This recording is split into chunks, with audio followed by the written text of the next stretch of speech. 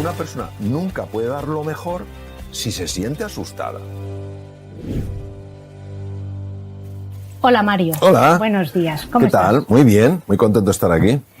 Yo quería preguntarte, Mario, si crees realmente que el estrés en su justa medida puede ser bueno, pero que si nos pasamos con el estrés puede ser aterrador los efectos.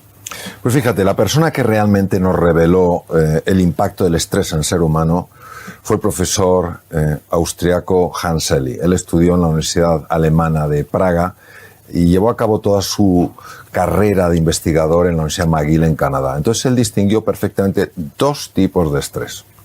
Uno de ellos necesario en la vida para crecer, para mejorar, para desarrollarnos y para evolucionar. ¿Quién no necesita un estímulo para avanzar, para ir aprendiendo cosas nuevas, para hacer frente a nuevos retos, a nuevos desafíos?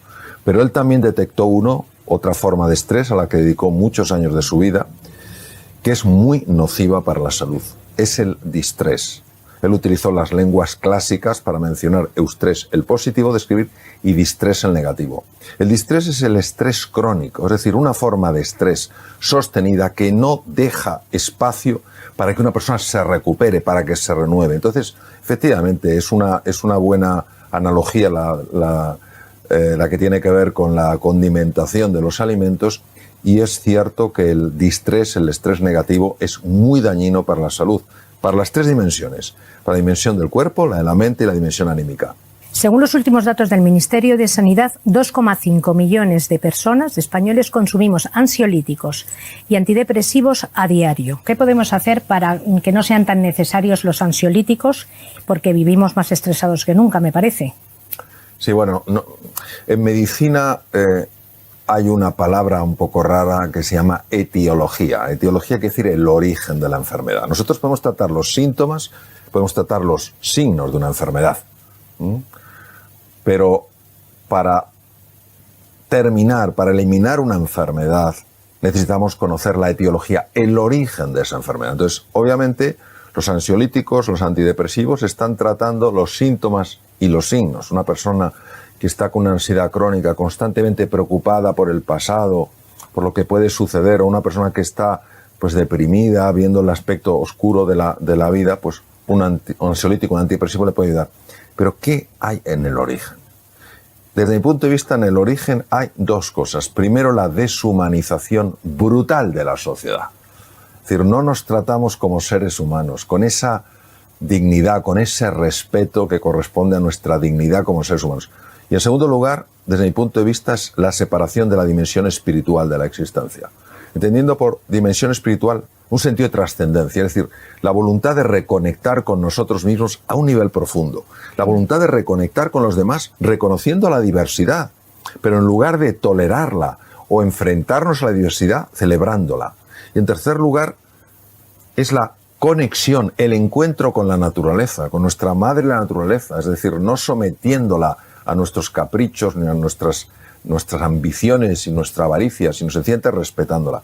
Entonces, si nosotros cuidáramos esa dimensión más humana, si nos tratáramos con más cariño, con más cercanía, si supiéramos escuchar mejor, si verdaderamente pudiéramos entrar en el silencio, aprender a centrarnos, salir del barullo mental, si aprendiéramos a mimar un poco más a la naturaleza, a disfrutar lo que es un paseo por el campo, por un bosque frente al mar, necesitaremos muchísimos menos ansiolíticos y antidepresivos. Sí, desde luego. Sin género de duda. Desde luego. Ahora se ha puesto muy de moda, se hacen hasta excursiones para abrazar árboles. ¿Realmente crees que esto es una moda pasajera? ¿O esto de abrazar árboles, ya que me estás hablando del contacto directo con la naturaleza, tiene un impacto realmente en tu estado emocional? Sí, vamos a ver. Ya desde la sabiduría ancestral se habla de que el ser humano ha experimentado tres desconexiones, de las que he hablado antes: la desconexión con uno mismo, la desconexión con los demás y la desconexión con el mundo. Es decir, de alguna manera recuperar el sentimiento de unidad es precioso en el ser humano. Entonces, cuando tú te reconectas contigo misma, probablemente sientes como un abrazo, ¿no? Cuando te reconectas con los demás, ¿qué quieres? Abrazarles. Cuando te reconectas con la naturaleza, te gustaría abrazar a la naturaleza. Bueno, los árboles representan una parte preciosa de la naturaleza. Es decir, si nosotros entendemos que es un elemento simbólico, que representa ese deseo de recuperar la sensación de unidad, me parece un gesto precioso. Muy bonito. Vamos, de hecho yo lo he hecho con frecuencia. Sí, claro. Vas abrazando. Hay un árbol. Mario abraza árboles. Sí, hay un árbol, un tejo en Inglaterra que tiene más de 2000 años y he estado unas cuantas veces ahí y por supuesto que ha abrazado ese árbol. ¿Y notas algo? Después de dar ese abrazo, ¿en ti hay algo que cambia? Bueno, vamos a ver. El ser humano quiere llevarlo todo a la faceta intelectual. Ya. Y yo creo que hay cosas muy bonitas que son sensaciones que desafían el intelecto. Y por supuesto que noto sensaciones. Por supuesto que yo ese tejo, cuando yo pienso en ese tejo no pienso en algo ahí distante, un árbol que no tiene nada que ver conmigo. Pienso en algo que siendo distinto a mí no es tan distante. Pero llega un momento que ni abrazar árboles, ni el contacto con la naturaleza, ni todas el mindfulness y tal, nos hace suficiente impacto en nuestras emociones como para que no se nos cronifique el estrés. ¿Hay algo? ¿Nos puedes dar algún consejo para, antes de que se cronifique, paliarlo? Bueno, vamos a ver, si una persona cuida su dimensión física, ¿no? Si una persona cuida su dimensión mental y cuida su dimensión anímica, no tiene por qué hacerse crónico el estrés. Lo que pasa es que hay que plantearse qué entendemos por cuidar las cosas. Es decir, si yo no dedico un tiempo a lo largo del día pues a entrar en silencio, a hacer ejercicio, si no cuido lo que como, si no tengo relaciones de calidad, no establezco vínculos emocionales, pues la verdad es que no es raro que viva bajo el distrés. Lo que tenemos que tener en cuenta es una cosa que es muy importante. Las circunstancias pesan y las dificultades que experimentamos son reales. No podemos negarlas, no podemos ignorarlas. Tampoco podemos ignorar el poder que tiene el encuentro con otro ser humano, con la naturaleza, con uno mismo, en la transformación de las condiciones internas. Y las condiciones internas sí afectan a las circunstancias. Lo que sucede dentro de nosotros sí busca su expresión fuera de nosotros. Entonces, tenemos que ser muy cautos y no considerar que somos simples víctimas de las circunstancias, sino que somos co-creadores de la realidad. Y eso nos tiene que llenar de alegría, de ilusión y de confianza. Sí. Entonces nos tomaremos en serio el cuidado del cuerpo, el cuidado de la mente y el cuidado del alma. Pero luego llega el ámbito laboral, que es el que vamos a entrar ahora, y las encuestas dicen que el 73% de los españoles trabajadores padecen estrés. ¿Nos puedes dar algún tip para que durante nuestra propia jornada laboral, cuando estamos trabajando, que es eso que te acaban tu jefe te acaba de echar la bronca o no está de acuerdo con lo que has hecho y normalmente nos entra esa ansiedad, ese estrés que nos creemos ya incapaces de hacer las cosas? ¿Algún tip de estos así rápido para decir, venga, haz esto, fulano, y verás tú cómo baja tu grado de estrés de forma inmediata? Vamos a ver, la situación de burnout es una situación generalizada. O sea, no es que nos pueda venir el burnout, es que ya estamos ahí. Una parte muy importante de la población está en burnout o pueden caer en burnout. La situación está estar quemado. De hecho, la fase burnout la describió el profesor Hans Selye, se ha puesto de moda ahora, pero él la describió hace muchos años. Entonces, ¿qué se puede hacer en una situación de burnout? Primero describamos qué es el burnout. Burnout es una situación en la que una persona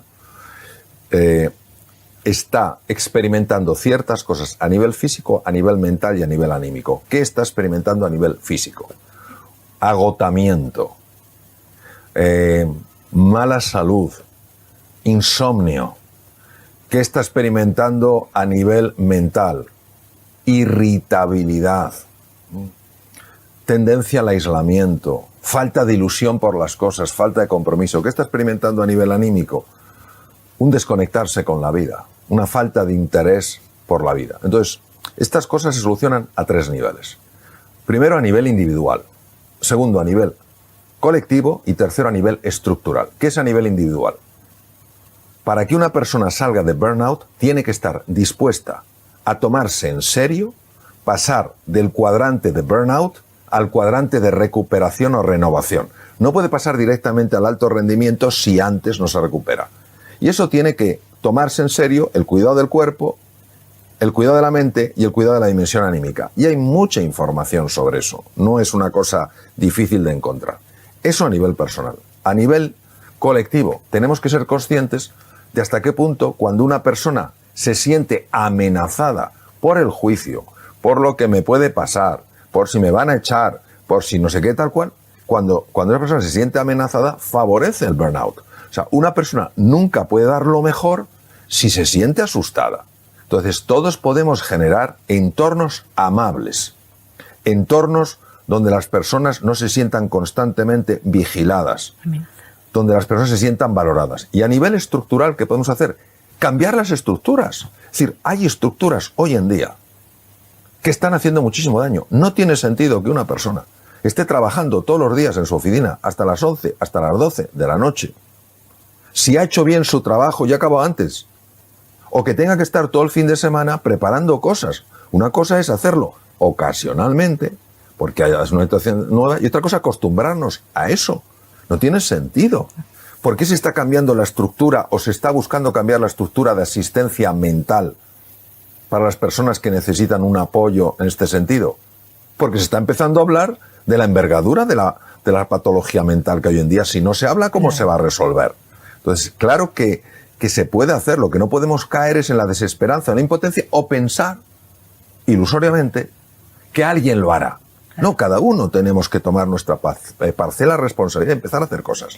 ¿Hay algo que puedan hacer, aparte de hablar, como dices tú, hay algo que puedan hacer las empresas o los empleadores a favor, que reme a favor de sus empleados? Sí. Ahora, me gustaría hacer una distinción. Tan quemados pueden estar los empleados como los empleadores. Sí, sí. Es decir, que muchísimos directores y directivos están aguantando niveles de presión tremendo. Es decir, esto no es, no son los de arriba sencillamente dominando a los de abajo. Es un proceso que afecta a muchísimas personas en los distintos niveles de una organización. Es decir, tanta ayuda necesita muchas veces para estar bien el empleador, como comentas, como el empleado. Entonces, ¿qué se pueden hacer? Se pueden hacer muchas cosas. Por ejemplo, hay una empresa que lo que ha hecho es, antes de empezar la jornada laboral, ha habilitado un espacio para que las personas que quieran puedan practicar durante 10 minutos mindfulness antes de empezar a trabajar. Y es masivo el número de personas que se apunta. Hay empresas que están ofreciendo opciones mucho más sanas para comer, hacerlo más fácil. Hay empresas que han decidido que a partir de cierta hora ya no se está en la oficina. ¿Hay alguna medición que indique que ese rendimiento ha subido, que están más felices? ¿Se puede medir el grado de felicidad que hayan podido o no? ¿O es una apreciación? ¿O es lo mismo que lo de los árboles? No hay que medirlo. Vamos a ver, hay dos tipos de mediciones que se pueden hacer cuando se está hablando del bienestar. Hay una medición que es una medición puramente psicológica, es decir, tú le das un test a una persona y te dice cómo estabas antes y cómo estás ahora. ¿Ha habido un cambio? Y te dice sí o no, lo que se llama qualia, es la experiencia interna. Hace años esto no se valoraba, hoy ¿cómo no se va a valorar? Si una persona meditando está mejor, ¿por qué no se va a valorar eso? Pero luego hay otros tipos de mediciones, se pueden medir desde niveles de cortisol, desde tensión, la tensión arterial, niveles de azúcar, es decir, montones de cosas que tienen que ver con el síndrome del burnout. Y por supuesto que se ve, pero ¿cómo no se va a ver? Esto se lleva investigando hace montones de años. Pero es que hoy en día, además, lo que sabemos es que no solamente este cuidado del bienestar afecta a la salud física y mental de una persona, es que afecta a los resultados. Eso. Si es que está demostrado que una persona cuando está ilusionada, cuando está motivada, es una persona que rinde mucho más. Y que cuando una persona está asustada, se siente llena de ansiedad o ha perdido la esperanza. Se bloquea. No, claro que se bloquea, y además es que hay tecnología en lo que se llama neurociencia afectiva que permite ver con cámaras muy sofisticadas cómo realmente la conexión entre el mundo emocional, el mundo afectivo y el mundo intelectual es una realidad innegable. La persona ilusionada es una persona que rinde más, la persona desmotivada rinde menos. Es más, se ha demostrado, por ejemplo, y esto es un dato verdaderamente brutal, que personas que están habitualmente en distrés, en burnout, son personas que pierden población neuronal que no tendrían que perder. Mueren neuronas.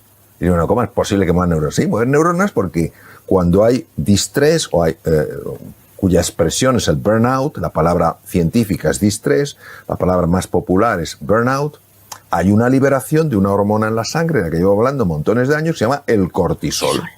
Pero es que además sube los niveles de un neurotransmisor, de una sustancia cerebral, un mensajero cerebral, que es un neurotransmisor excitador, que se llama el glutamato. La combinación en el cerebro de niveles altos de cortisol y niveles altos de glutamato hace que entre masivamente calcio en la célula nerviosa, en la neurona.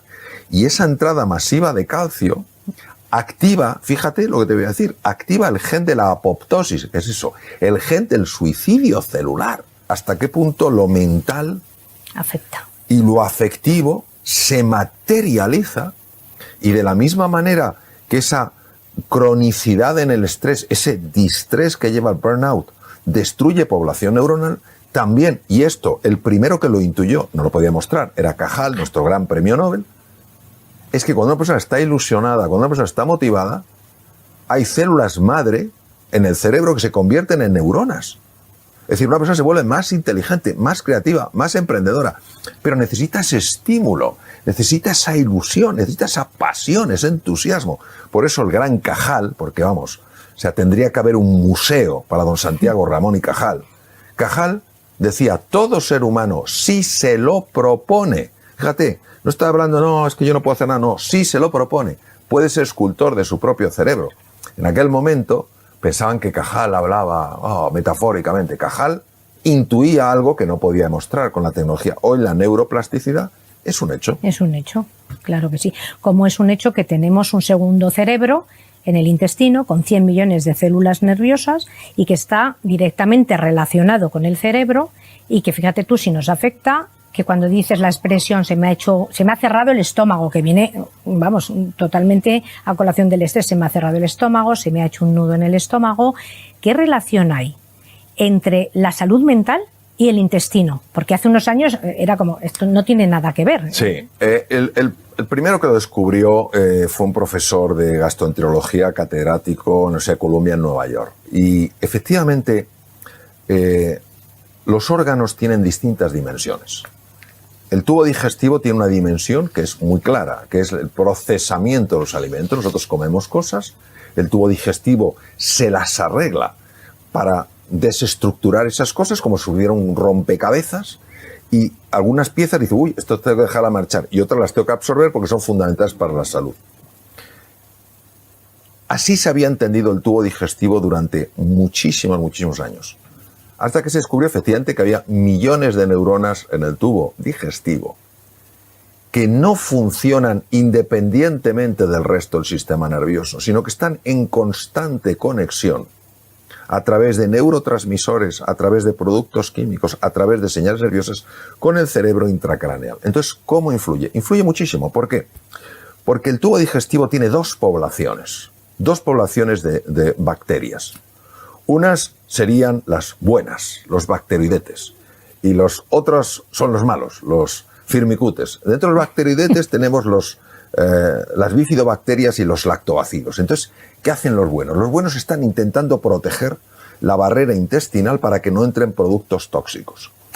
Porque si entran productos tóxicos, llegan al cerebro y lo inflaman. Y la inflamación cerebral está asociada a cuadros como la ansiedad y la depresión. Cuando empiezan a ganar los malos, los firmicutes, entonces los bacteroidetes ven reducida su acción y empiezan a colarse productos tóxicos que producen inflamación cerebral y son, al parecer, una de las causas de enfermedad de Alzheimer. Aunque es una enfermedad compleja, uno de los factores puede ser eso. Entonces, tú fíjate que cuando una persona está muy estresada, lo primero que se produce es una parálisis del tubo digestivo. Se le quitan las ganas de comer. O si tiene ansiedad, a lo mejor come demasiado, y eso tampoco es bueno para el tubo digestivo. Entonces, el balance se va perdiendo y el segundo cerebro, el cerebro entérico, el tubo digestivo, empieza a funcionar de una manera errónea y esto repercute en el cerebro. Entonces, bueno, podemos estar horas hablando de esto, porque es un tema apasionante. Por eso es tan importante cuidar la salud del tubo digestivo y por eso se me ha olvidado decir que los buenos, los bacteroidetes, fundamentalmente lo que necesitan es fibra. Los firmicutes, los malos, fundamentalmente lo que necesitan es azúcar. Claro.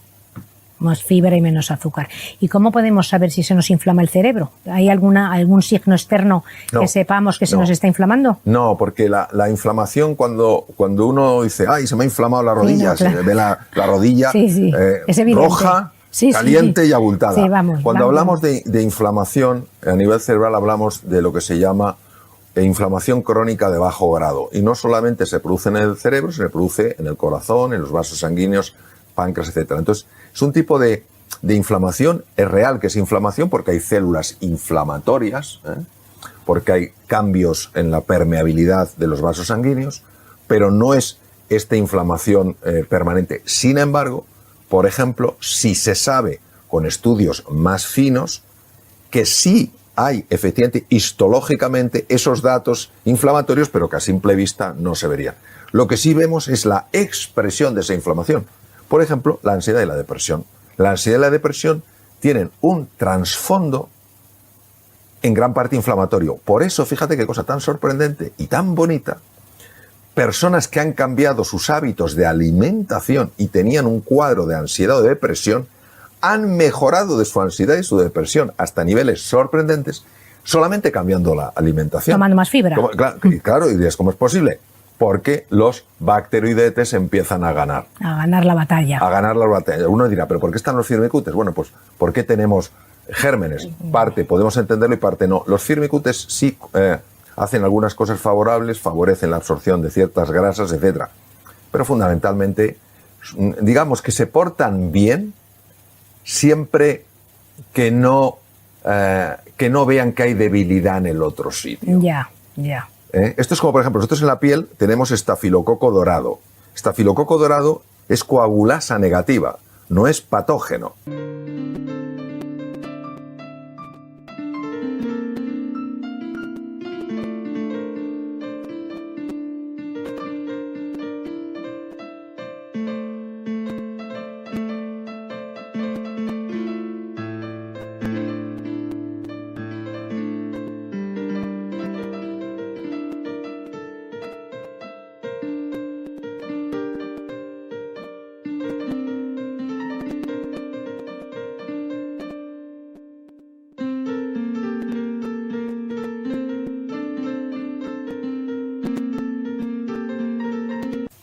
Pero si hay una herida en la piel y ve que se transforma en coagulasa positiva, en las infecciones por estafilococos son las más peligrosas que hay.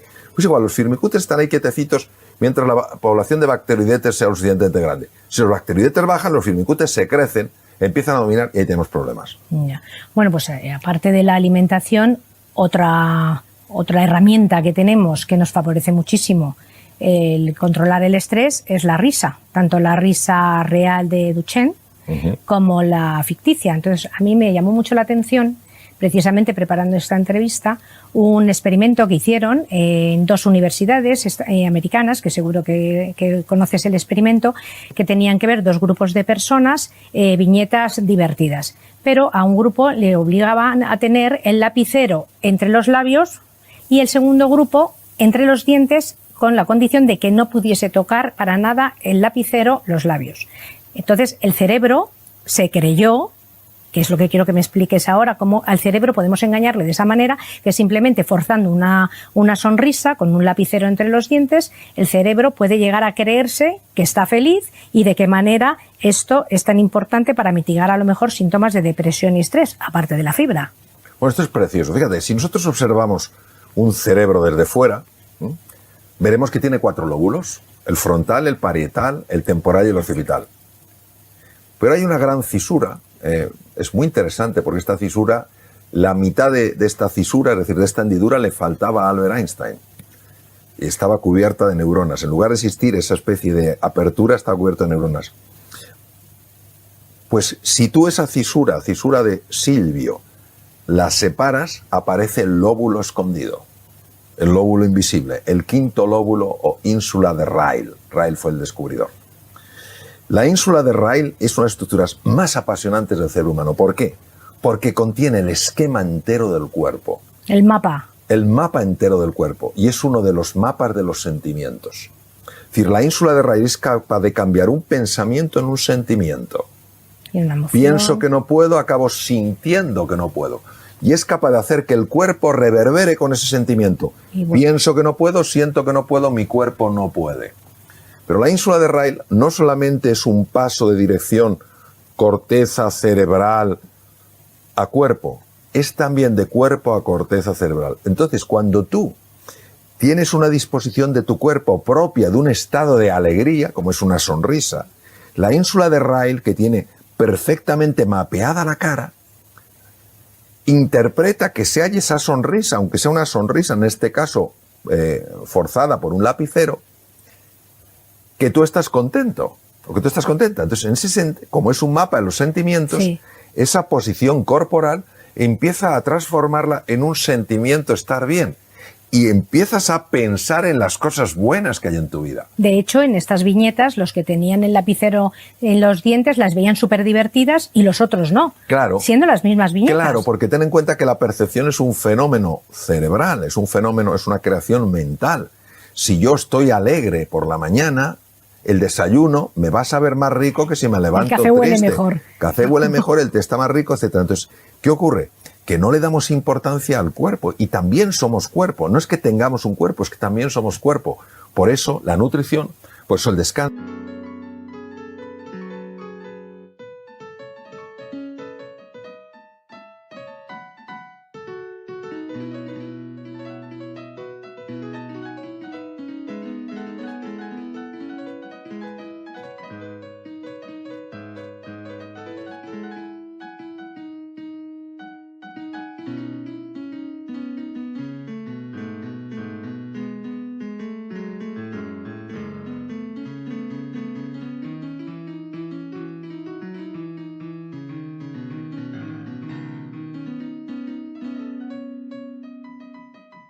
Por eso la postura, el gesto y el ejercicio físico tienen tanto impacto en nuestra forma de sentir. Desde luego. Y todos estos pensamientos negativos que podemos tener tan recurrentes, ¿hay alguna manera para reconducirlos? Sí, por supuesto que sí.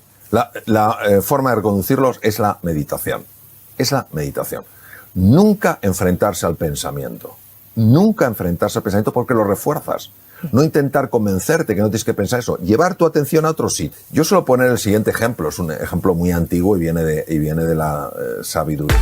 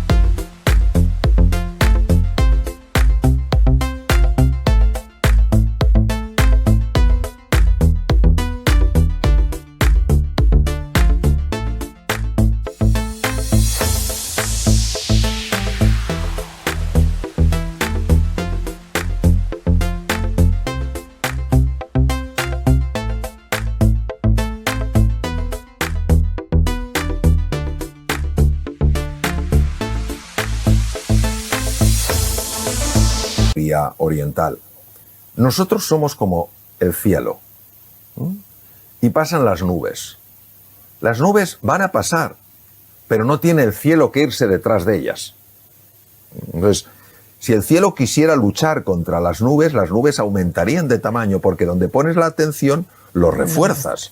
Entonces tú sencillamente tienes un pensamiento, ¿vale? Pues el pensamiento, ¿qué cenaré hoy? ¿Lo ves? Pero no te arrastra. ¿Qué es arrastrarte? Te ves cenando, lo que vas a cenar. Ya te ha pillado. Entonces la atención la llevas al aquí y a la ahora. Entonces esto es muy bonito porque hoy en día la neurociencia contemplativa ha demostrado que en la distracción hay una red que se llama la red neuronal por defecto, que está asociada no solo a menor eficiencia, sino además peores relaciones sociales y peor salud. pero que cuando uno se centra en el presente, en el aquí y en el ahora, en la respiración, en el cuerpo, en las sensaciones que tienes, los pies sobre el suelo, el cuerpo en el sillón, entonces desactiva la red neuronal por efecto y se activa la red ejecutiva central. La red ejecutiva central está asociada a una mejora en la salud, una mejora en la eficiencia, una mejora en las relaciones. Pero esto es un entrenamiento. El que quiera tener control sobre su atención tendrá que desarrollar la musculatura de la atención. Es decir, acostumbrarse a estar más tiempo en la red ejecutiva central, en la red de atención, y menos tiempo en la red de la distracción. Sí. Hablando de musculatura, para hacer también un poco de musculatura cerebral, el ejercicio físico es tan bueno para el cuerpo como para la mente. ¿Qué tipo de ejercicios recomiendas para que nuestros niveles de estrés y de ansiedad bajen? El ejercicio aeróbico, es decir, aceleramos el corazón y la respiración, está asociado ya, sin género de duda, en base a la investigación, a la liberación de neurotrofinas. ¿Qué son neurotrofinas? Son el gran descubrimiento de la premio Nobel italiana Rita Levi Montalcini, una mujer maravillosa que murió con 102 años. Neurotrofinas son sustancias que favorecen que algo crezca. Es como si fuera el abono. Sí. Tú abonas una parcela y crecen cosas. No abonas, pues no crecen cosas. Entonces, ese abono, hay muchos tipos de abono. Uno es el VEGF, otro es el IGF, otro es el BDNF, que son las siglas de estas palabras: Brain Derived Neurotrophic Factor, factor proinsulínico, factor de crecimiento endovascular, etcétera, etcétera. Todos esos abonos los fabrica el cerebro cuando uno hace ejercicio físico aeróbico. Ahora bien, es muy importante a partir de cierta edad, 40, 45, también hacer entrenamiento cuidadoso, bien dirigido con pesas, porque la musculatura es importantísimo para que no se dañen las articulaciones, para que no se pierda funcionalidad. Hay que tener en cuenta que una de las principales causas de muerte en las personas de más de 65 años son las caídas. Las caídas con la cadera. Claro, te rompe la cadera, luego tienes complicaciones pulmonares, las que sean. Entonces, eso es muy importante. Pero es que además, el cuerpo está leyendo la musculatura. La ínsula de Ryle,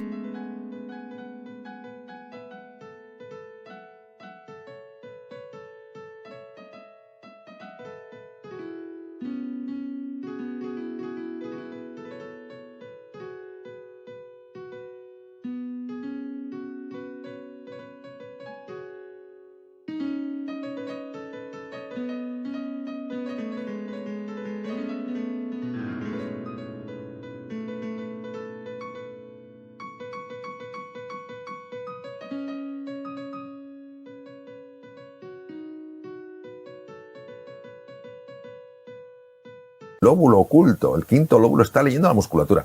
Una persona que se vea fuerte, no es que tenga que presentarse a un concurso de culturismo, se sienta fuerte, se va a sentir...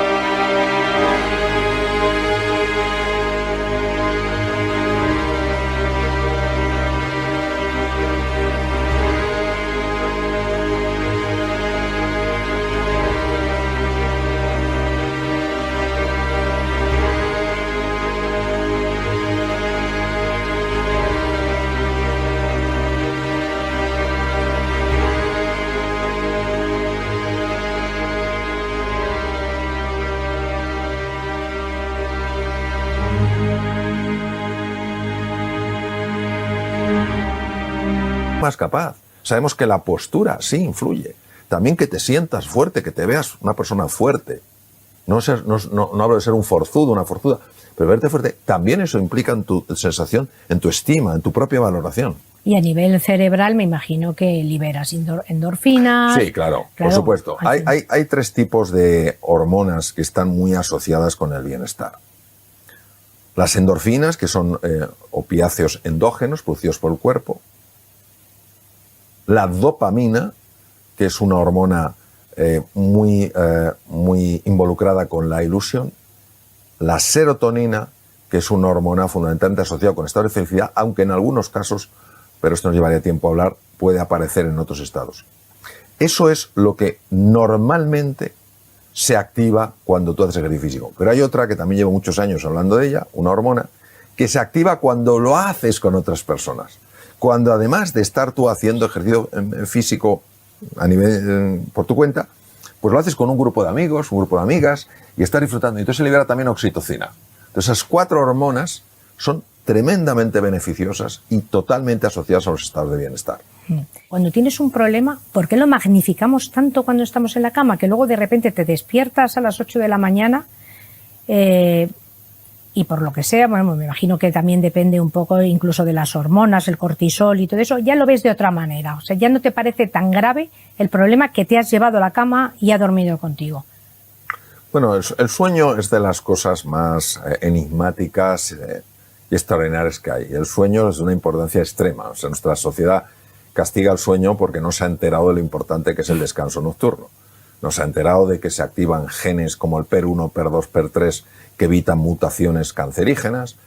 No nos hemos enterado de que se activa el parasimpático que se dedica a reparar el cuerpo, que se libera hormona del crecimiento que lo que hace es favorecer la recuperación de los tejidos. Entonces, en general, pues nada, estamos viendo dispositivos que emiten luz azul a horas que no tenemos y bloqueamos la secreción de melatonina. Entonces, lo primero que podemos hacer es reconocer la importancia que tiene el sueño. Y si tiene importancia el sueño, hay que vivir de acuerdo a lo que es importante. Por tanto, ni es aconsejable en absoluto ponerse a contestar emails, WhatsApps a partir de las 10, 10 y media de la noche, ni ponerse a ver, ni poder ponerse a ver o consultar dispositivos móviles. Segundo elemento, no puede haber una cena copiosa, porque si hay una cena copiosa, el tubo digestivo le pones a funcionar cuando no tendría que funcionar. Y entonces, claro, roba recursos a nivel cerebral, que necesita, porque la actividad del cerebro por la noche es brutal. Entonces, es verdad lo que dices. Es verdad que la preocupación afecta directamente al sueño, porque el sueño es un proceso muy delicado. Entonces, ¿nosotros qué podemos hacer? A nivel físico, lo que vemos es no consultar dispositivos de emisión azul, cenar ligero. Puede ayudar también no hacer ejercicio físico antes de dormir, pero sí dar un paseo, porque un paseo puede relajar bastante. Luego, asumir que cuando nosotros nos vamos a la cama con un problema,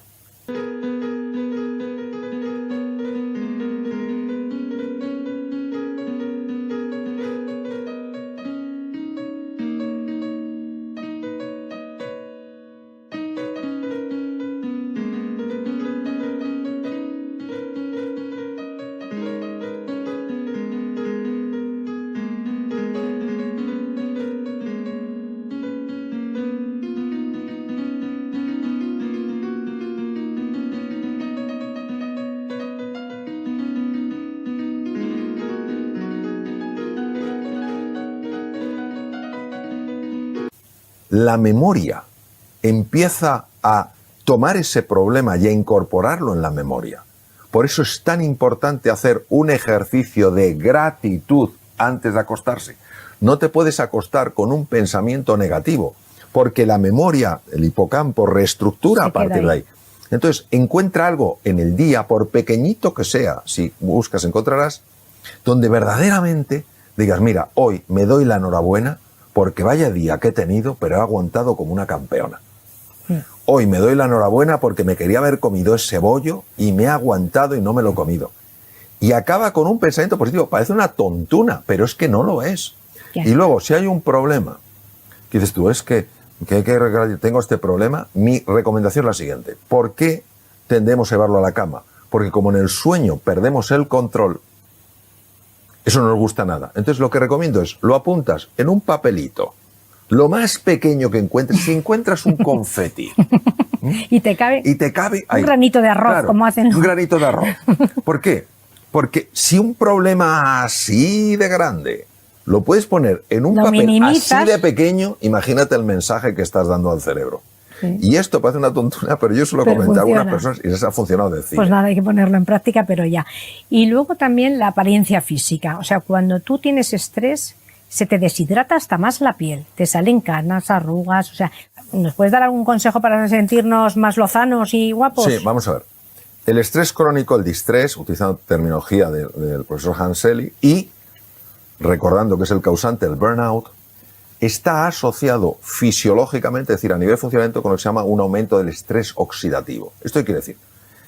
Cuando uno coge una carretera de peaje, llega más rápido a los sitios, pero tiene que pagar un precio. Nosotros, para poder, en nuestro metabolismo, en nuestra obtención de energía, para poder utilizar oxígeno, que nos da muchísima más energía que si fuera metabolismo anaeróbico, tenemos que pagar un peaje. Y ese peaje se llama radicales libres. Radicales libres son sustancias muy dañinas para el organismo, pero muy controladas por el organismo porque tenemos encima sustancias químicas que las bloquean, ¿vale? Cuando los radicales libres superan un determinado nivel, como son moléculas inestables que en la corteza, en el anillo externo les falta un electrón, tienen que robar electrones de otras moléculas. Y entonces golpean moléculas para desestabilizar y robar las electrones y las convierten en radicales libres. Adivina dónde golpean. Pues uno de los sitios que golpean son las fibras de colágeno y de elastina de la piel. Sí. Con lo cual producen ese deterioro de la piel, pueden producir procesos malignos, etcétera, etcétera. Entonces, el estrés oxidativo, ese envejecimiento, parte de la misma raíz. Es una expresión más, en este caso, a nivel bioquímico. Bueno, Mario, para nosotros realmente ha sido un orgullo tenerte con nosotros como maestro para ayudarnos a ser un poquito más felices, para tener un poquito menos de estrés, y nos alegra muchísimo que te hayas pasado a este lado, que aunque hayas dejado de ser cirujano de órganos, que hayas llegado a nuestras vidas reparando almas. Muchas gracias. Muchísimas gracias, Mario. Gracias.